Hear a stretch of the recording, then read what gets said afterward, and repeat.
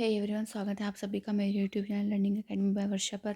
तो आज हम पढ़ने वाले हैं चैप्टर 10 ऑफ क्लास 8। और इससे पहले चैप्टर 9 तक की सभी वीडियोस अपलोड हो चुकी हैं। अगर आप सीटेट या यूपीटेट की तैयारी कर रहे हैं और साइंस के स्टूडेंट हैं, पेपर 2 आपका एग्ज़ाम है, तो आप मेरे चैनल पर ज़रूर विज़िट कीजिएगा लर्निंग एकेडमी बाय वर्षा पर। ठीक है, तो वहाँ पर आपको सभी चैप्टर्स की और क्लास 6 और क्लास 7 की भी वीडियोस वहाँ पर आपको देखने के लिए मिलेंगी ज़रूर। तो जाइएगा और अच्छे से देखिएगा, और आपको बहुत ही अच्छा कंटेंट यहाँ पर प्रोवाइड कराया जा रहा है। बिल्कुल एक एक चीज़ सारी क्या है कि एग्ज़ाम ओरिएंटेड है, कुछ भी ऐसा नहीं है जो आपके एग्ज़ाम से रिलेटेड नहीं हो। तो चलिए स्टार्ट करते हैं वीडियो को, नहीं तो बहुत ज़्यादा लंबी हो जाती है। तो आज हमारा चैप्टर है ध्वनि। तो देखिए पहली लाइन हमें क्या दी हुई है। ध्वनि कैसे उत्पन्न होती है, यह एक स्थान से दूसरे स्थान तक किस प्रकार पहुंचती है, ध्वनि को हम कैसे सुन पाते हैं, कुछ ध्वनियाँ दूसरों की अपेक्षा प्रबल क्यों होती हैं। तो यहाँ पर हमें कुछ अलग अलग वाद्य यंत्र यानी कि जो इंस्ट्रूमेंट्स वगैरह हैं सुनने वाले वो दिए गए हैं। और क्योंकि इनसे ध्वनि उत्पन्न होती है तो डिफरेंट टाइप यहाँ पर चित्र हमें दिखाए गए हैं ये। तो पहला पॉइंट है हमारा, ध्वनि कंपित वस्तु द्वारा उत्पन्न होती है।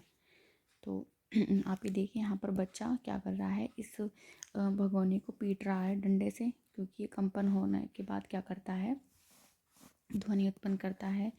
इसके अलावा यहाँ पर देखिए एक ये रबड़ बैंड द्वारा क्या है कि एक पेंसिल बॉक्स के ऊपर दो पेंसिल लगा करके लगाई गई है, और जब इसको ऐसे बजाते हैं तो ये कंपन होने के बाद क्या करता है, ध्वनि उत्पन्न करता है।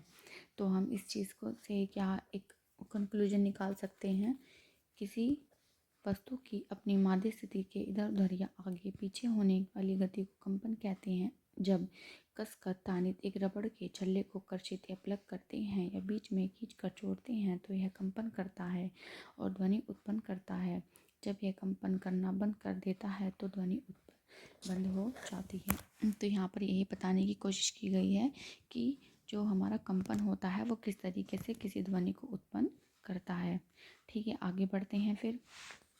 और यहाँ पर भी देख रहे होंगे आप किस तरीके से अगर हम किसी थाली को या किसी और मेटल को इस तरीके से मतलब बजाते हैं तो भी क्या होती है, कुछ तरंगे उत्पन्न होती हैं, जिसकी वजह से क्या है कि हमें ध्वनि सुनाई देती है। और यहाँ पर देखो ये थाली है ना, और थाली में ये जो अंदर आपको दिखाई नहीं दे रहा होगा, यहाँ पर क्या है, जलीय पानी भरा हुआ है। तो जब आप इसको चम्मच से ऐसे बजाते हैं तो यहाँ पर आप देख सकते हैं कि हमें किस तरीके से वाइब्रेशंस काम कर रहे हैं। कुछ स्थितियों में कंपन हमें आसानी से दिखाई दे जाते हैं, लेकिन अधिकांश स्थितियों में उनका आयाम इतना कम होता है कि हम उन्हें देख नहीं पाते, तथापि हम इन कंपनों का अनुभव कर सकते हैं। तो यहाँ पर जैसे हमने अगर हम बिना पानी के इसको देखेंगे तो शायद हमें कंपन दिखाई ना दे, बट जैसे ही हमने इसमें पानी भरा और हमने इसको बजाया तो ध्वनि उत्पन्न की, तो हमें वहाँ पर ये जो कंपन है यहाँ पर देखने के लिए मिले, है ना। तो कुछ जगह हम देख सकते हैं, कुछ जगह हम नहीं देख सकते। और यहाँ पर देखिए कि एक तारा बनाया हुआ है किसी खोखले जो नारियल का बर्तन लेकर के, मिट्टी का या खोखले नारियल को लेकर के, और उसको ऐसे यहाँ पर तार ऐसे खींच करके, और जब इस चीज़ से बजाते हैं तो यहाँ पर क्या होती है, साउंड प्रोड्यूस होती है। इसके अलावा है आपका मंजीरा, झांझ, घटम तथा नोट, मिट्टी के बर्तन तथा करताल देखे होंगे। ये वाद्य यंत्र सामान्यतः हमारे देश के अनेक भागों में बजाए जाते हैं। इन वाद्य यंत्रों को केवल पीटा या आघात किया जाता है। तो आप यहाँ पर देख रहे होंगे घट्टम। तो अगर हम घट्टम को पीटते हैं तो भी क्या होती है, साउंड प्रोड्यूस होती है। मंजीरों को बजाने के बाद भी साउंड प्रोड्यूस होती है। इसके बाद आप यहाँ पर देख रहे होंगे कि एक अलग अलग गिलासेस में क्या है, पानी भरा हुआ है, और जब इनको वन बाय वन करके बजाया जाता है तो अलग अलग साउंड्स यहाँ पर देखने के लिए हमें मिलती हैं। देखो यहाँ पर इस वाले गिलास में कम पानी है, थोड़ा ज़्यादा, उससे ज़्यादा, उससे ज़्यादा, उससे ज़्यादा और इससे ज़्यादा। तो जो पानी का वॉल्यूम है वो भी डिपेंड करता है कि किस तरीके से हमारी साउंड वहाँ पर प्रोड्यूस होगी। जब हम किसी वाद्य यंत्र जैसे सितार के तार को कर्षित करते हैं तो हमें केवल तार की ही ध्वनि सुनाई नहीं देती, वास्तव में संपूर्ण यंत्र कंपन करता है और इस पूरे यंत्र में कंपन से उत्पन्न ध्वनि को हम सुनते हैं। इसी प्रकार जब हम किसी मृदगम की झिल्ली पर आघात करते हैं तो हम केवल झिल्ली की आवाज़ ही नहीं सुनते बल्कि संपूर्ण यंत्र की आवाज़ सुनते हैं। तो यहाँ पर मतलब क्वेश्चन इस तरीके से आ सकता है कि जो कोई भी हम वाद्य यंत्र बजाते हैं तो क्या अगर सितार के केस में क्या केवल तार ही ध्वनि उत्पन्न करता है? नहीं, तो वहाँ पर जो बाकी के जो पार्ट्स हैं वो भी क्या करते हैं, कंपन करते हैं, जिसकी वजह से हमें क्या है, ध्वनि सुनाई देती है। तो इस तरीके से यहाँ पर क्वेश्चन फ्रेम होकर के आ सकता है और यही कारण है कि मैं इन लाइंस को भी हाईलाइट करके रखती हूँ। आप ये नहीं सोचिए कि यहाँ पर ये मतलब बच्चों वाली चीज़ें मैं क्यों यहाँ पर पढ़ा रही हूँ, क्योंकि यही बच्चों वाली चीज़ों में से ही क्वेश्चन बन के आते हैं और एग्ज़ाम में आने पर क्या है, हम घूम जाते हैं और सोचते हैं कि ये तो कुछ अलग ही सिचुएशन दे दी है, बट एक्चुअली में वो आपकी बुक से ही आई हुई होती हैं चीज़ें। इसके बाद है, जब हम बोलते हैं तो क्या हमारे शरीर का कोई भाग कंपित होता है? मनुष्य मानव द्वारा उत्पन्न ध्वनि। तो एक तरह से यही क्वेश्चन मतलब अब इसे इस तरह से कह दो या फिर इस तरीके से कह दो, एक ही बात है। तो क्या है इसका आंसर? मानवों में ध्वनि वाक्यंत्र अथवा कंठ लैरिंग्स द्वारा उत्पन्न होती है। अपनी उंगलियों को कंठ पर रखिए तथा एक कठोर उभार को खोजिए जो निगलते समय चलता हुआ प्रतीत होता है। शरीर का यह भाग वाक्यंत्र कहलाता है। तो आप यहाँ पर देख रहे होंगे कि जैसे यहाँ पर गले है, तो जब हम बोलते हैं तो ये ऊपर नीचे क्या है, गति करता है, या इंग्लिश में हम इसको क्या कह सकते हैं, लैरिंग्स भी बोल सकते हैं, है ना। तो यहाँ पर एक उभार भी होता ही है हमारा। यह श्वासनली के ऊपरी सिरे पर होता है। वाक्यंत्र कंठ के आर पार दो वाक तंतु इस प्रकार तनित होते हैं कि उनके बीच में वायु के निकलने के लिए एक संकीर्ण झिर्री बनी होती है। तो जो वाक्य यंत्र होते हैं हमारे इस तरीके से बने होते हैं, उनके बीच में जो स्पेस होता है वो इस तरीके से होता है कि वायु क्या है वहाँ पर जा सके, और एक झिर्री है मतलब वहाँ से जब हवा पास होती है, कंपन होता है उनके बीच में, तो क्या है जो ध्वनि है हमारे मुख से वो निकलती है। जब फेफड़े वायु को बलपूर्वक झिर्री से बाहर निकालते हैं तो वाक् तंतु कंपित होते हैं, जिससे ध्वनि उत्पन्न होती है। वाक् तंतुओं से जुड़ी मांसपेशियां तंतुओं को तना हुआ या ढीला कर सकती हैं। जब वाक् तंतु तने हुए और पतले होते हैं तब वाक् ध्वनि का प्रकार या उसकी गुणता उस वाक् ध्वनि से भिन्न होती है। जब वाक् तंतु ढीले और मोटे होते हैं, है ना, तो आप यहाँ पर देख रहे होंगे कि किस तरीके से जो आपके वाक तंतु है वो काम करते हैं। कि जो वाक तंतु होते हैं आपके जो वो अगर जुड़ी मांसपेशी जो होती हैं वो तना हुआ ढीला कर सकती हैं।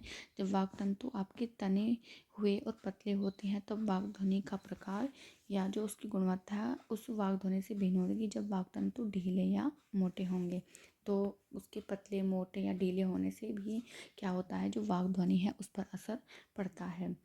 अभी यहाँ पर देखते हैं उसी से रिलेटेड कि किस प्रकार काम करता है। समान साइज़ की रबड़ की दो पट्टियाँ, देखो यहाँ पर दो पट्टियाँ इस तरीके से ली हुई हैं, है ना। लीजिए, इन दोनों को एक दूसरे के ऊपर रखकर कसकर तानिए। जब अब इनके बीच अंतर दरार में हवा फूंकिए। जब तानित रबड़ की पट्टियों के बीच में हवा फूंकी जाती है तो ध्वनि उत्पन्न होती है। तो यहाँ पर देखिए कोई दो इस तरह की पतली पतली स्ट्रिप्स ली हैं और उनको इस तरीके से कसकर के बीच में पकड़ लिया है, और पकड़ने के बाद क्या किया है कि वहाँ पर बीच में उनकी फूंक मारी जा रही है। तो एक कागज़ के टुकड़े जिसमें एक पतली झिर्री बनी हो की सहायता से भी आप इस क्रियाकलाप को कर सकते हैं। कागज़ को अपनी उंगलियों के बीच पकड़िए। अब झिर्री के बीच से हवा फूंकिए और ध्वनि सुनिए। हमारे वाक तंतु भी ठीक उसी प्रकार ध्वनि उत्पन्न करते हैं। तो आप यहाँ पर देख सकते हैं कि यहाँ पर भी ये बच्चा किस तरीके से इस कागज़ की हेल्प से हमें शो करने की कोशिश कर रहा है। तो इसी तरह से हमारे क्या है, वाक तंतु काम करते हैं। पुरुषों के वाक तंतुओं की लंबाई लगभग 20 mm होती है। महिलाओं में इसकी लंबाई लगभग 15 mm होती है। बच्चों के वाक तंतु बहुत छोटे होते हैं। यही कारण है कि पुरुषों, महिलाओं तथा बच्चों की वाक ध्वनियाँ भिन्न भिन्न होती हैं। तो यहाँ पर क्वेश्चन ऐसे आ सकता है कि जो पुरुषों, महिलाओं और बच्चों की ध्वनियाँ क्यों होती हैं, उनके वाक जो ध्वनि होती है वो भिन्न होने के कारण, या उनकी जो वाक तंतुओं की जो लंबाई है उसके अलग अलग होने के कारण क्या है, सबकी जो ध्वनियाँ होती हैं वो अलग अलग होती हैं। तो यहाँ पर इस तरीके से क्वेश्चन बन सकता है। आगे हम बढ़ते हैं। ध्वनि संचरण के लिए माध्यम की आवश्यकता होती है। तो ये तो आपको पता ही होगा बहुत ही नॉन सी बात है कि जो ध्वनि होती है यानी कि साउंड होती है उसको ट्रैवल करने के लिए क्या होता है कि कोई ना कोई माध्यम चाहिए होता है। ध्वनि को संचरण या एक जगह से दूसरी जगह जाने के लिए कोई माध्यम चाहिए। जब किसी बर्तन में से वायु पूरी तरह निकाल दी जाती है तो कहा जाता है कि बर्तन निर्वात है, ध्वनि निर्वात में संचारित नहीं हो सकती। तो इसका एक बहुत अच्छा एग्जाम्पल ये हो सकता है कि अगर आप जैसे अर्थ पर रहते हैं, अर्थ पर क्या है, अपना एक एनवायरनमेंट है, उसका एक वायुमंडल है और वहाँ पर क्या है, वायु है। तो जब दो लोग आपस में बात कर रहे होते हैं तो उनके बीच में वायुमंडल भी होता है। तो जब कोई एक बोलता है तो दूसरे को क्या है, सुनाई आती है सिर्फ उस वायुमंडल की वजह से, क्योंकि वहाँ पर वो माध्यम प्रेजेंट है। पर अगर यही लोग बाहर जाकर, पृथ्वी के वायुमंडल से बाहर जाकर बात करेंगे तो क्या होगा कि किसी को भी एक दूसरे की आवाज़ सुनाई नहीं देगी। क्यों? क्योंकि वहाँ पर कोई भी क्या है, माध्यम प्रेजेंट नहीं है। तो माध्यम नहीं होने की वजह से क्या होगा, उनको एक दूसरे की आवाज़ भी सुनाई नहीं देंगी। तो ये मोस्ट इम्पोर्टेंट बात है कि ध्वनि कोई आवाज़, मतलब किसी को भी आवाज़ सुनने के लिए वहाँ पर क्या है, माध्यम का होना बहुत ज़्यादा ज़रूरी है। तो यहाँ पर एक कंडीशन है। और निर्वात यानी कि जहाँ पर माध्यम ना हो या वायु ना हो तो हम उसे क्या कहते हैं, निर्वात कहते हैं। तो निर्वात में क्या होती है कि हम ध्वनि को नहीं सुन सकते हैं। देखो अब यहाँ पर क्या है कि एक ये बहुत बड़ा टब लिया हुआ है इस बच्चे ने और उसके अंदर क्या है, ये घंटी को बजा रहा है। तो आप सोच ही सकते हैं कि यहाँ पर जल है और जल में भी एक माध्यम तो है ही, बेशक धीरे सुनाई दे पर लेकिन क्या है, हम यहाँ पर घंटी की आवाज़ को सुन सकते हैं। ठीक है, इसके बाद ऐसे ही यहाँ पर भी देखिए आप कि एक बड़ा सा स्केल लिया हुआ है और यहाँ पर जब ये बच्चा यहाँ पर कोई एक्टिविटी करता है तो उस एक्टिविटी को ये बच्चा यहाँ पर सुन सकता है। क्यों? क्योंकि जो ध्वनि है यहाँ पर संचरण कर रही है और यहाँ पर उसे माध्यम मिल रहा है संचरण करने के लिए, जिसकी वजह से वो बच्चा वहाँ पर उसको सुन पा रहा है ना। इसके बाद है सेम यहाँ पर भी देखिए, एक बोर्ड है, यहाँ पर टेबल है, एक बच्चा यहाँ पर सर रखा हुआ है, अपना सुन रहा है और ये इसको ऐसे साउंड प्रोड्यूस कर रहा है इसको बजा करके। तो क्योंकि यहाँ पर ये माध्यम प्रेजेंट है एक टेबल के रूप में, एक लकड़ी के रूप में, तो ये क्या है, ये बच्चा यहाँ पर उसको सुन पा रहा है।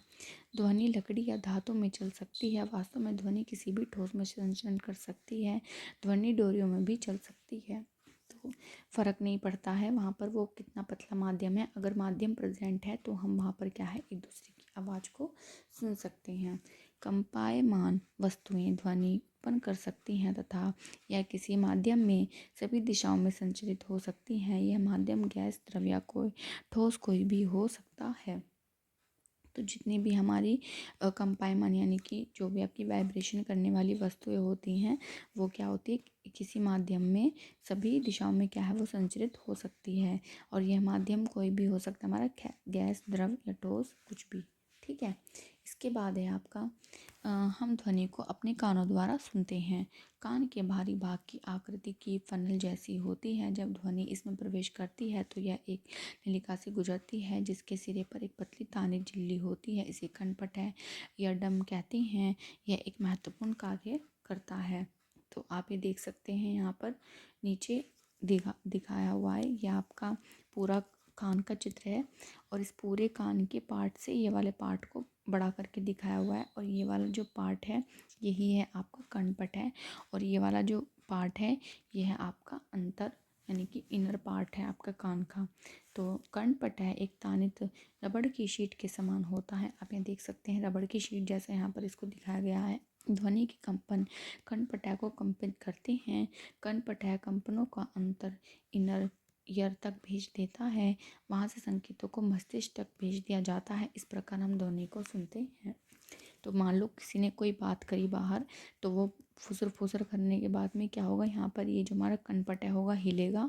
हिलने के बाद क्या होगा, ये अंदर संकेत भेजेगा और ये संकेत अंदर जा कर के क्या होंगे, जो भी आपकी ये जो नलिकाएं हैं आपके मस्तिष्क से जाकर के जुड़ी हुई होंगी और उनको संकेत देंगी और हम क्या है उस ध्वनि के प्रति वैसा ही क्या करेंगे, रिस्पॉन्स करेंगे। तो इस तरीके से क्या होता है कि जो हमारा कान है वो काम करता है। तो इस कर्णपटय को हम क्या कहते हैं, ईयर ड्रम कहते हैं। इसके बाद है क्वेश्चन यहाँ पे ऐसे आ सकता है कि जब ध्वनि मतलब बोला जाता है या कोई भी ध्वनि प्रोड्यूस होती है तो सबसे पहले वो कहाँ से होकर गुजरती है, कर्णपटय से होकर गुजरेगी। तो क्वेश्चन इस तरीके से वहाँ पर बन के आएगा। और सबसे लास्ट में कहाँ पर जाएगी, वो हमारे मस्तिष्क जाएगी, और उसके बाद जिससे हम उनको समझेंगे संकेतों की क्या किसी ने बोला है और हमें उसके प्रति कैसा रिएक्शन देना है। इसके बाद है कंपन का आयाम, आवर्तकाल तथा आवृत्ति। किसी वस्तु का बार बार इधर उधर गति करना कंपन कहलाता है। इस गति को दोलन गति भी कहते हैं।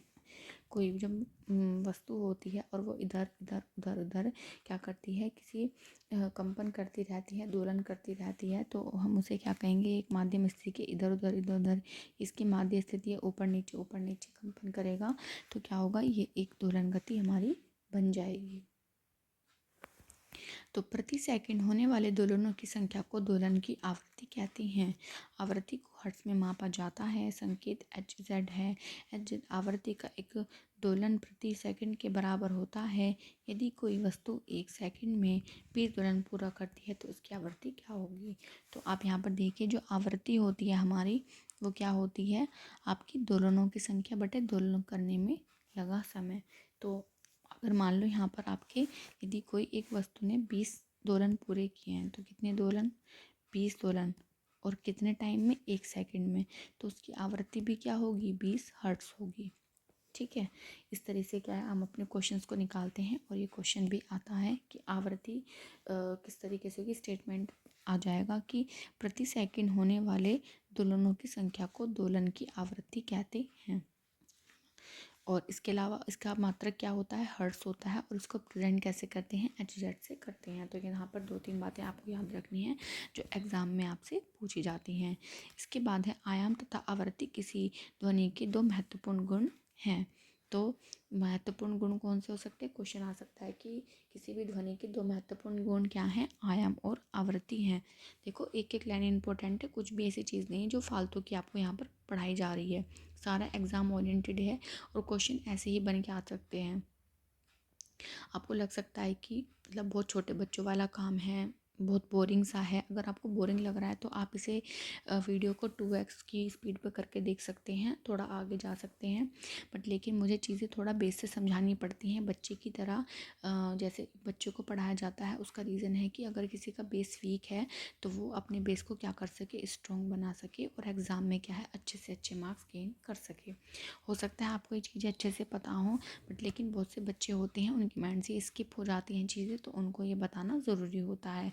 तो ये छोटी छोटी चीज़ें ही होती हैं जहाँ पर हमें लगता है कि हमें आती हैं, बट एक्चुअली में ऐसा नहीं होता, हम उनको भूले हुए रहते हैं।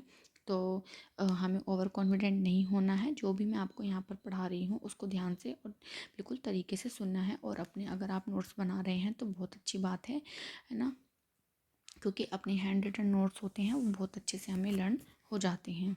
चलिए आगे बढ़ते हैं फिर। इसके बाद है ध्वनि की प्रबलता इसके आयाम पर निर्भर करती है। मोस्ट इम्पोर्टेंट लाइन है ये, क्या कि जो ध्वनि की प्रबलता है वो किस पर निर्भर करती है, आयाम पर निर्भर करती है। जब किसी कंपित वस्तु का आयाम अधिक होता है तो उसके द्वारा उत्पन्न ध्वनि प्रबल होती है। जब आयाम कम होता है तो उत्पन्न ध्वनि मंद होती है। तो क्वेश्चन पूछा जाएगा कि जो ध्वनि की प्रबलता है वो किस पर निर्भर करती है, आयाम पर निर्भर करती है। आयाम के ज़्यादा होने पर क्या होगा कि जो ध्वनि होगी वो भी प्रबल होगी, यानी कि वो उसकी एक तरह से डायरेक्टली प्रोपोर्शनल होगी। ध्वनि की प्रबलता ध्वनि उत्पन्न करने वाले कंपनों के आयाम के वर्ग के समानुपाती होती है। तो ध्वनि की प्रबलता यानी कि ध्वनि की प्रबलता इज प्रोपोर्शनल टू आयाम का वर्ग, आयाम का वर्ग है ना। अगर आपकी ध्वनि की प्रबलता यहाँ पर आयाम आपका 2 है तो आपकी ध्वनि की प्रबलता क्या हो जाएगी, 4 हो जाएगी, यानी कि 2 का वर्ग हो जाएगा। यानी कि प्रबलता उसकी मतलब मल्टीपल हो जाएगी, उसका वर्ग बन जाएगा। उदाहरण के लिए यदि आयाम 2 गुना हो जाए, देखो बिल्कुल सेम एग्जांपल यहाँ पे ले लिया है कि आयाम अगर 2 गुना हो जाए तो प्रबलता कितनी हो जाएगी, 4 गुना बढ़ जाती है। प्रबलता को डेसिबल यानी कि डीबी मात्रक से व्यक्त करते हैं। तो यहाँ पर ये चीज़ आपको याद रखनी है। देखो इस तरह की ये टेबल वैसे एग्जाम में पूछी नहीं जाती, बट जनरली आपको पता होनी चाहिए। बट एक क्वेश्चन आता है वो हमको बताऊँगी कौन सा आता है। पहले हम देख लेते हैं कि अगर हम सामान्य श्वास लेते हैं इस तरीके से तो जो उसकी ध्वनि होती है, या हम जो नॉर्मल सांस ले रहे होते हैं वो 10 डेसिबल की होती है। मंद फुसफुसाहट, जो हम एक दूसरे के कान में चुगली पीटते हैं या इधर उधर जाते हैं फुसफुस करते रहते हैं कानों में घुस के, तो उसकी फुसफुसाहट क्या होती है, हमें किसी की आवाज़ ऐसे आती है ना, इस तरीके से। तो इस तरह की जो फुसफुसाहट होगी वो 30 डेसिबल की होगी। सामान्य बातचीत, जैसे कि मैं आपसे एक तरह से बातचीत या वार्तालाप की जैसे ही कर रही हूँ, या नॉर्मली हम किसी से भी बात करेंगे, तो वो 60 डेसिबल होगी। व्यस्त यातायात यानी कि ट्रैफिक जो भी हमारा सड़कों पर होता है उसकी 70 डेसिबल। और औसत फैक्ट्री यानी कि जो फैक्ट्री से निकलने वाली आवाज़ें हैं, बहुत तेज़ थोड़ी आवाज़ें होती हैं, वो 80 डेसिबल होती हैं। 80 डेसिबल से अधिक प्रबल शोर शरीर के लिए कष्टदायक होता है। और यही आपका क्वेश्चन भी है क्या, कि कि कितने डेसिबल से अधिक मतलब कष्टदायक हो सकता है, वो 80 डेसिबल है। तो आपको ये वाली जो नंबर है याद रखना है, क्या 80 डेसिबल, 80 डेसिबल से अधिक का शुरू होने पर वो कष्टदायक होता है। मतलब ये हमारे कुछ मानक होते हैं जो WHO द्वारा दिए जाते हैं कि अगर इतने डेसिबल का शोर होगा, या बहुत सारी चीज़ें होती हैं कि इस तरह का AQI होगा तभी जो हवा को क्लियर माना जाएगा, या इतनी ज़्यादा 80 डेसिबल से नीचे की चीज़ें होंगी तभी हम उसको शोर से कम की कैटेगरी में रख सकते हैं, इस तरीके से, है ना। तो यहाँ पर ये आपको याद रखना है कि 80 डेसिबल से जो अधिक होगा वो क्या होगा, आपका शोर के अंतर्गत आएगा। ध्वनि की प्रबलता इसके आयाम पर निर्भर करती है। जब किसी कंपित वस्तु का आयाम अधिक होता है तो इसके द्वारा उत्पन्न ध्वनि प्रबल होती है। जब आयाम छोटा होता है तो उत्पन्न ध्वनि मंद होती है। इसके बाद है, किसी बच्चे की ध्वनि की तुलना एक वयस्क से कीजिए, क्या इनमें कुछ अंतर है। चाहे दोनों ध्वनियाँ समान रूप से प्रबल हों, फिर भी उनमें कुछ भिन्नता होती है।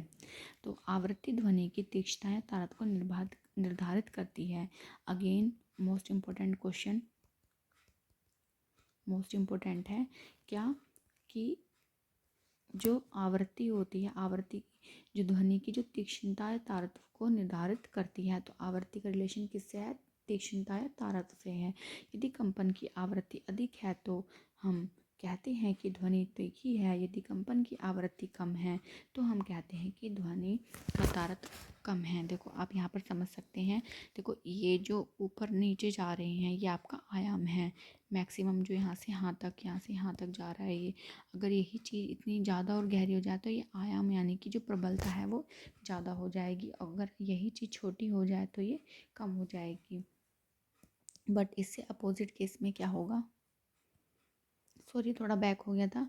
इससे अपोजिट केस में देखिए क्या होगा, कि जो आपका एक मिनट, जो आपका मतलब आप यहाँ पर ये जो चीज़ है आपकी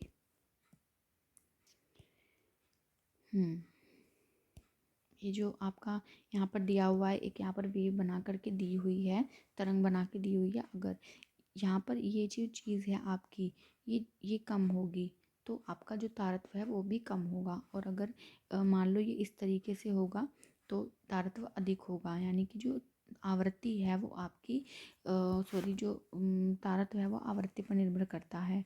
तो यहाँ पर यानी कि इनके बीच में जितना ज़्यादा गैप होगा तो तारत्व उतना मतलब कम होगा। और जितना कम गैप होगा यानी कि इस तरीके से बने हुए रहेंगे तो क्या होगा, आपका जो तारत्व है उतना ही अधिक होगा। यानी कि आवृत्ति अधिक होने पर क्या होता है, आपका तारत्व अधिक होता है, यानी कि ध्वनि कैसी होती है, तीखी होती है। इसके बाद है, आप यहाँ पर देख सकते हैं, देखो यहाँ पर सीटी है, तो सीटी जब हम बजाते हैं तो एकदम से बहुत तीखी सी तेज सी आवाज़ आती है। क्यों, क्योंकि जो आवृत्ति है यहाँ पर बहुत ज़्यादा है, जिसकी वजह से क्या है कि हमें जो ध्वनि है बहुत तीक्ष्ण सुनाई देती है। इसके बाद है, उदाहरण के लिए ढोल मंद आवृत्ति से कंपित होता है, इसलिए यह कम तारत्व की ध्वनि उत्पन्न करता है। दूसरी ओर सीटी की आवृत्ति अधिक होती है, इसलिए अधिक तारत्व की ध्वनि उत्पन्न करती है। देखो यहाँ से अब क्वेश्चन किस तरीके से बन के आएगा, कि जो ढोल है उसकी जो हमें कम सुनाई मतलब जो तारत्व है या उसकी जो आवाज़ कम आती है या कम या कम तीखी लगती है, और जो सीटी की हमारी ध्वनि होती है वो अधिक तीखी लगती है, उसके पीछे क्या कारण है। तो जो आपकी आवृत्ति का कम या ज़्यादा होना उसके ऊपर डिपेंड करता है। तो यहाँ पर आपको ये चीज़ें ध्यान रखनी है और क्वेश्चन ऐसे ही बन के आते हैं। इसके बाद है, पक्षी उच्च तारत्व की ध्वनि उत्पन्न करता है जबकि शेर की दाढ़ का तारत्व मंद होता है। तथापि शेर की दाढ़ अत्यधिक प्रबल है जबकि पक्षी की ध्वनि दुर्बल होती है। तो यहाँ पर भी क्या है कि जो शेर की जो दहाड़ होती है यानी कि उसको जो तारत्व है मंद होता है। क्यों? क्योंकि वहाँ पर आवृत्ति कम है और जो पक्षी की जो चहचहाट होती है वहाँ पर तारत्व अधिक होता है, जिसकी वजह से ध्वनि उसकी बहुत तीक्ष्ण सुनाई देती है हमें। तो अगेन यहाँ पर भी एक क्वेश्चन है और as it is question CTET यहाँ से उठा करके पूछता है कि बस यहाँ पर जो आंसर्स होंगे उनको हटा देगा और एज इट इज़ क्वेश्चन की पक्षी तेज तीक्ष्ण सुनाई आती है या शेर की दहाड़ हमें कम लगती है, उसके पीछे कारण है और ऑप्शंस आपको दिए होंगे, अपने हिसाब से आपको फिर वहाँ पर उनको चूज़ करना होगा। सामान्यतः एक महिला की आवाज़ किसी पुरुष की अपेक्षा अधिक आवृत्ति की तथा अधिक तीखी होती है। यहाँ पर भी ये क्वेश्चन है, ये क्वेश्चन भी आता है कि महिला की आवाज़ पुरुषों की तुलना में तीखी क्यों होती है, वो तारत्व या फिर आवृत्ति के कारण होती है। तो ये क्वेश्चंस आपको ध्यान रखने हैं और क्वेश्चन ऐसे ही पूछे जाते हैं आपके एग्जाम में। इसके बाद है श्रव्य तथा अश्रव्य ध्वनियाँ। ध्वनि उत्पन्न करने के लिए हमें एक कंपायमान वस्तु की आवश्यकता होती है। लगभग 20 कंपन प्रति सेकंड 20 हर्ट्ज से कम आवृत्ति की ध्वनियाँ मानव कान नहीं सुन सकता। यह कह सकते हैं कि 20 हर्ट्ज से कम आवृत्ति की ध्वनियाँ मानव कान द्वारा संसूचित नहीं की जा सकती। ऐसी ध्वनि को अश्रव्य कहते हैं। उधर लगभग 20,000 कंपन प्रति सेकंड से अधिक आवृत्तियों की ध्वनियाँ भी मानव कान द्वारा संसूचित नहीं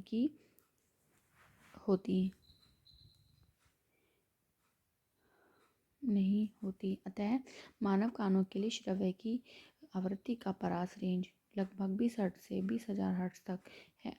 इसका अर्थ है कि हम केवल 20 हर्ट्ज से 20 के हर्ट्ज के बीच की आवृत्ति वाली ध्वनियाँ ही सुन सकते हैं। तो यहाँ पर अगेन एक क्वेश्चन आ गया है और ये क्वेश्चन पूछा जाता है कि जो मानव श्रव्य की जो आवृत्ति का परास है वो क्या है। तो आपको ध्यान रखना है ये 20 हर्ट्ज से 20,000 हर्ट्ज तक, ठीक है। ये या तो ये वाला आपको ऑप्शन मिलेगा या फिर ये मिलेगा, आपको दोनों ही चीज़ें याद रखनी है और क्वेश्चन आपसे पूछा जाता है। शोर तथा संगीत। कुछ ध्वनियाँ आपको सुखद लगती हैं जबकि कुछ अच्छी नहीं लगती। अप्रिय ध्वनियों को शोर कहते हैं।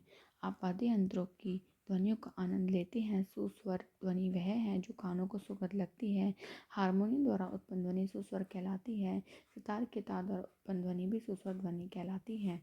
तो यहाँ पर बस नॉर्मल क्वेश्चन किस तरीके से पूछा जाएगा कि जो जो अप्रिय या प्रिय ध्वनि कौन सी हो सकती है, जो हमारे कानों को सुखद लगे वो कौन सी होती है। वो आपकी मतलब प्रिय ध्वनि होती है, यानी कि अच्छी होती है, जिससे आपको अच्छा फील होता है। जैसे आप म्यूज़िक वगैरह सुनते हैं या फिर कहीं बहुत ज़्यादा शोर शराबा बाहर होता है तो वो आपको अप्रिय लगती है। तो वो हमारे उस पर डिपेंड करता है कि हमारे कानों को जो सुखद अनुभव दे। इसके बाद है आपका ध्वनि प्रदूषण। वायु में अवांछित गैसों तथा कणों की उपस्थिति वायु प्रदूषण कहलाती है। इसी प्रकार वातावरण में अत्यधिक या अवांछित ध्वनि को ध्वनि प्रदूषण कहते हैं। तो जैसे वायु में अगर अवांछित कण आ जाते हैं और वायु प्रदूषण होता है, इसी प्रकार अगर अवांछित ध्वनि उत्पन्न होती हैं तो उसे हम क्या कहते हैं, ध्वनि प्रदूषण कहते हैं। ध्वनि प्रदूषण के प्रमुख कारण हैं वाहनों की ध्वनियाँ, विस्फोट जिसमें पटाखों का फटना भी सम्मिलित है, मशीनें, लाउड स्पीकर आदि। तो अगर हम कोई भी चीज़ एक लिमिट से ज़्यादा बजाएंगे, बहुत ज़्यादा उसको शोर करेंगे तो वह हमारे किस में आ जाएगा, ध्वनि प्रदूषण के अंदर क्या है, काउंट होगा। इसके बाद है ध्वनि प्रदूषण की हानियाँ। परिवेश में अत्यधिक शोर की उपस्थिति उनके अनेक स्वास्थ्य संबंधी समस्याओं का कारण बन सकती है। अनिद्रा, अति तनाव, उच्च रक्तचाप, चिंता तथा अन्य बहुत से स्वास्थ्य संबंधी विकार ध्वनि प्रदूषण से उत्पन्न हो सकते हैं। लगातार प्रबल ध्वनि के प्रभाव में रहने वाले व्यक्ति की सुनने की क्षमता अस्थायी तथा स्थायी रूप से कम हो जाती है। तो ध्वनि प्रदूषण से क्या हो सकता है कि हमें अनिद्रा हो सकती है, तनाव हो सकता है जब हमें नींद पूरी नहीं होगी, या बहुत ज़्यादा हमारा ब्लड प्रेशर बढ़ा हुआ रहेगा, दिमाग परेशान रहेगा तो हमें तनाव हो सकता है, चिंता हो सकती है और अलग अलग तरह के बहुत सारे अस्थायी और स्थायी जो मतलब शरीर में जो प्रभाव है हमें देखने के लिए मिल सकते हैं ध्वनि प्रदूषण की वजह से।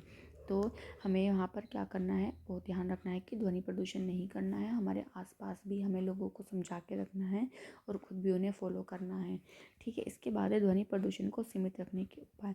ध्वनि को नियंत्रित करने के लिए हमें ध्वनि के स्रोतों पर नियंत्रित करना चाहिए।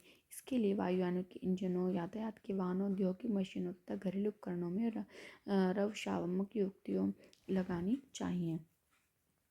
तो हमें क्या करना है कि जब हम बच्चों को पढ़ा रहे हैं तो हमें ये उन्हें के अंदर ये वाली चीज़ डेवलप करनी है कि जो ध्वनि प्रदूषण होता है वो बिल्कुल भी ठीक नहीं होता है। और हमारे आसपास, क्योंकि बच्चों आजकल जिस तरह का एनवायरनमेंट चल रहा है कि गाने ये सब चीज़ें और डीजे वगैरह, तो हमें क्या है कि उन्हें बिल्कुल भी प्रमोट नहीं करना है कि इन सब क्या होता है कि ध्वनि प्रदूषण होता है। और कोई भी आपके आसपास इसको बजा रहा है तो आप उसको भी बोलिए कि वो ऐसा ना करे। छोटा मोटा फंक्शन है ओके है, बट लेकिन रात में डिस्टर्ब ना हो, लोग परेशान ना हो। तो ये चीज़ें हमें बच्चों के अंदर लानी है। इसके बाद है ध्वनि उत्पन्न करने वाले क्रियाकलापों को आवासीय क्षेत्रों से दूर संचालित करना चाहिए। ध्वनि उत्पन्न करने वाले उद्योगों का आवासीय क्षेत्रों से दूर स्थापित करना चाहिए। स्वचालित वाहनों के हॉर्न का उपयोग कम से कम करना चाहिए। टेलीविज़न तथा संगीत निकायों की ध्वनि प्रबलता कम रखनी चाहिए। ध्वनि प्रदूषण के हानिकारक प्रभाव को कम करने के लिए सड़कों तथा भवनों के आसपास पेड़ लगाने चाहिए, जिससे कि ध्वनि आवाज़ों तक न पहुंच पाए। तो देखो यहाँ पर क्या है, बहुत सारे आपके ऑप्शन दिए हुए हैं कि किस तरीके से हम ध्वनि को कम कर सकते हैं। और सबसे अच्छा जो आपका ऑप्शन है वो यह है कि सड़कों तथा भवनों के आसपास पेड़। वो क्यों? वो इसलिए, अभी हमें ये तो पता ही है कि पेड़ पौधे हमारे लिए ऑक्सीजन देते हैं, हमारे एनवायरनमेंट को साफ़ रखते हैं, और बहुत सारी चीज़ों में भी मिट्टी का जो अपरदन होता है उसे भी मतलब रोकते हैं। और साथ के साथ आपकी ध्वनि प्रदूषण को भी यहाँ पर क्या है, पेड़ रोक रहे हैं। कैसे? क्योंकि जो हमारे पेड़ होते हैं वो अगर उनके ऊपर कोई भी इस तरह का शोर आकर के पड़ता है तो क्या होगा, जो शोर पड़ेगा क्योंकि उनकी पत्तियाँ क्या है उस शोर को एब्जॉर्ब कर लेंगी, जिसकी वजह से क्या होगा, एनवायरनमेंट में ध्वनि प्रदूषण नहीं फैलेगा। तो क्या है कि पेड़ हमारी बहुत सारी हेल्प करते हैं। और मैं कहीं भी जब पेड़ पौधों की बात आती है मैं आपको बार बार समझाती हूँ कि हमें खुद भी ऐसा बनना है कि पेड़ों को बिल्कुल भी नुकसान ना हो, है ना। और हमें बहुत सारे पेड़ लगाने चाहिए क्योंकि पेड़ हमारे लिए बहुत इम्पोर्टेंट है और वो हमारे लिए बहुत बहुत तरीके से काम आते हैं। हमें इतना ज़्यादा भी चीज़ों पर निर्भर नहीं होना है कि हम अपने अच्छी चीज़ों के चक्कर में पेड़ों को ही ख़त्म कर दें। ऐसी गलती नहीं करनी है। हमें पेड़ पौधे खुद भी लगाने हैं, दूसरों को भी प्रमोट करना है, और कोई काट रहा है तो उसको रोकना है। और बहुत सारी चीज़ें हैं। एक टीचर के रूप में हम अपने बच्चे के अंदर यही सब चीज़ें लाना बहुत ज़्यादा इम्पोर्टेंट है। हमारे एनवायरनमेंट का होना हमारे लिए बहुत इम्पोर्टेंट है। यही चीज़ें हमें बच्चों को भी समझानी है। इसके बाद है श्रवण क्षति। कठिन श्रवण शक्ति वाले बच्चों इंगित भाषा संकेत भाषा को सीखकर प्रभावशाली ढंग से संपर्क कर सकते हैं, क्योंकि वाक शक्ति श्रवण के परिणाम स्वरूप विकसित होती है। इसलिए श्रवण अशक्तता से किसी बच्चे की वाक शक्ति भी दोषपूर्ण हो सकती है। तो यहाँ पर देखिए क्वेश्चन इस तरीके आ सकता है कि जो बच्चे मतलब बोल नहीं सकते या सुन नहीं सकते हैं वो किस तरह से मतलब एक दूसरे से बातचीत करते हैं, संकेत भाषा का प्रयोग करके। दूसरी बात कि कोई बच्चा अगर उसको बोल नहीं पा रहा है तो अगर उसका एक कारण क्या हो सकता है कि उसका उसकी जो वाक शक्तियाँ हैं, सॉरी जो श्रवण शक्तियाँ हैं वो क्या है, डेवलप ना हो ठीक से, जिसकी वजह से उसकी जो वाक शक्ति है वो भी डेवलप नहीं हो पाएगी। क्योंकि जब तक बच्चा कोई चीज़ सुनेगा नहीं तो वो बोलेगा कैसे, है ना। तो उसको पहले वो रिसीव या ऑब्ज़र्व करेगा और उसके बाद क्या है वो उसको बोलेगा और उसके प्रति रिएक्शन देगा। ठीक है, और इसी के साथ ही हमारा चैप्टर ख़त्म हो गया है। होपफुली आपको चीज़ें समझ में आई होंगी। अब छोटा सा हम रिकैप कर लेते हैं कि हमने क्या क्या पढ़ा चैप्टर में। ध्वनि कंपन करती हुई वस्तु द्वारा उत्पन्न होती है। मानव वाक तंतुओं के कंपन द्वारा ध्वनि उत्पन्न करती हैं। ध्वनि किसी माध्यम गैस द्रव्य ठोस में संचरित होती है, निर्वात में संचरित नहीं हो सकती। कर्णपटह ध्वनि के कंपनों को अनुभव करते हैं। यह संकेतों को मस्तिष्क तक भेज सकते हैं। इस प्रक्रिया को श्रवण कहते हैं। प्रति सेकंड होने वाले दोलनीय कंपनों की संख्या दोलन की आवृत्ति कहलाती है। आवृत्ति को हर्ट्ज में व्यक्त करते हैं। कंपन का आयाम जितना अधिक होता है ध्वनि उतनी ही प्रबल होती है।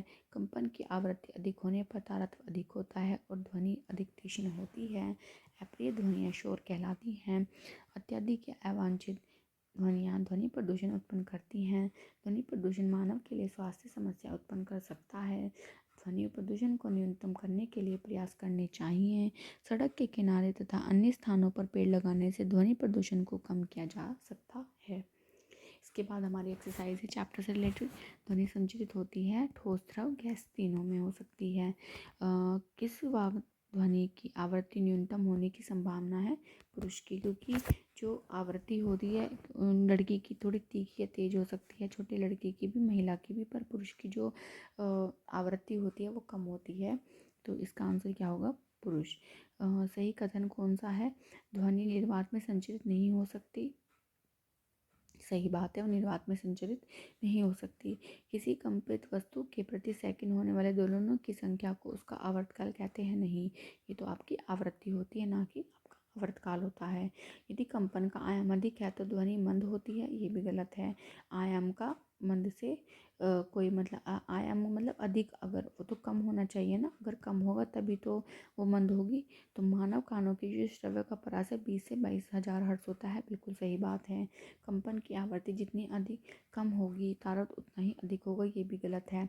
आवृत्ति कम है तो तारत भी क्या होगा? कम होगा। अवांछित या अप्रिय संगीत, अवांछित या अप्रिय ध्वनि को संगीत कहते हैं। नहीं, जब अवांछित और अप्रिय है तो हम उसे संगीत बिल्कुल नहीं कह सकते हैं। ध्वनि प्रदूषण आंशिक श्रवण अशक्तता उत्पन्न कर सकता है। हाँ, सही बात है। इसके बाद है आपके खाली स्थान है ये। किसी वस्तु द्वारा एक दोलन को पूरा करने में लिया गया समय आवर्तकाल कहलाते हैं। प्रबलता कंपन के आयाम से निर्धारित की जाती है। आवृत्ति का मात्रक हर्ट्ज होता है। अवांछित ध्वनि को शोर कहती हैं। ध्वनि की तीक्ष्णता कंपनों की आवृत्ति से निर्धारित होती है। इसके बाद है आपका नेक्स्ट क्वेश्चन है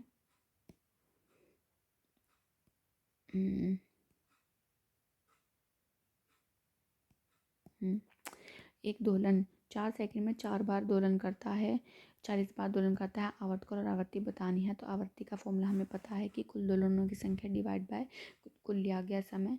दोलन है हमारे 40, समय लिया है 4, तो आवृत्ति क्या होगी हमारी? 10 हर्ट्ज होगी। जो आवर्तकाल होता है हमारा वो उसके अपोजिट यानी सॉरी इन्वर्सली प्रोपोर्शनल होता है।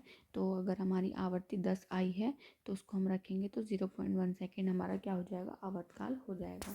एक मच्छर अपने पंखों को 500 कंपन प्रति सेकंड की औसत दर से कंपित करके ध्वनि उत्पन्न करता है। कंपन का आवर्तकाल, तो आवर्ती 500 है, 1 सेकंड में कर रहा है, तो एक तो यहाँ पर आवर्ती 500 हो गई।